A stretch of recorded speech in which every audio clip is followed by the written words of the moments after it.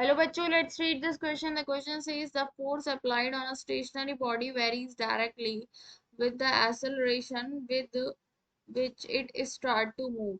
If a force of 10 Newton is applied on a stationary body, it starts to move with an acceleration of 2 meter per second square. Find the force in Newton to be applied on the body at which it start to move with an acceleration of 4 meter per second square.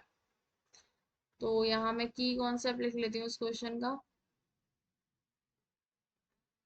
क्या है हमारे पास इस question का की concept कि अगर हमारे पास कोई एक क्वांटिटी है ए जो कि डायरेक्टली प्रोपोर्शनल है बी क्वांटिटी के, देन अगर हम प्रोपोर्शनलिटी कांस्टेंट प्रोपोर्शनलिटी साइन हटा के इक्वलिटी साइन लगाएं तो यहाँ पर ये हो जाता है ए इज इक्वल टू के इंटू बी। क्या क्या होता है कि एक कांस्टेंट होता है, ठीक है, कि हमारे एक कांस्टेंट होता है और डायरेक्टली प्रोपोर्शनल का मतलब अगर एक क्वांटिटी इंक्रीज करती है तो दूसरी भी खुद ब खुद इंक्रीज करने लग जाती है, और ए अगर अगर एक कम होती है तो दूसरी भी कम हो जाती है। ठीक है, अब यहाँ पर क्या कह रहे हैं कि force applied on a stationary body varies directly with acceleration. तो यहाँ पर है कि फोर्स जो है, फोर्स वो वेरी कर रही है, डायरेक्टली वेरी कर रही है विद एक्सेलरेशन, मतलब डायरेक्टली प्रोपोर्शनल है एक्सेलरेशन के। ठीक है, एक्सेलरेशन को मैं स्मॉल ए से दिखा लेती हूँ, तो ये मेरे पास क्या हो जाएगा, एफ इज इक्वल टू के इंटू ए। के हमारे पास क्या है, एक कांस्टेंट है।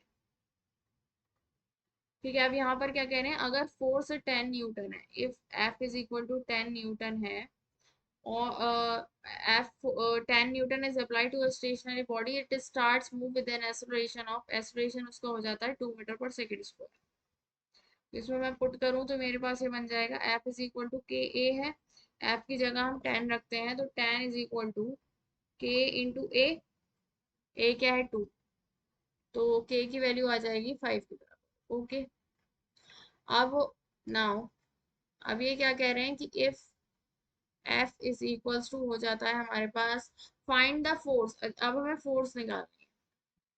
Find the force to be applied on a body, कितनी फोर्स लग रही होगी at which it starts to move with an acceleration of 4 metre per second, कि वो स्टार्ट हो जाए मोशन करना 4 मीटर पर सेकेंड स्क्वायर के एक्सेलरेशन से, मतलब acceleration 4 metre per second square हो जाए। तो क्या है, फोर्स इज इक्वल टू के ए, के की वैल्यू है 5 और ये है 4, तो फोर्स कितनी आ जाएगी हमारे पास, force is equal to 20 Newton. Okay. So the final answer is force is equal to 20. Option B is correct. Hope you understood it well. Best of luck. Thank you.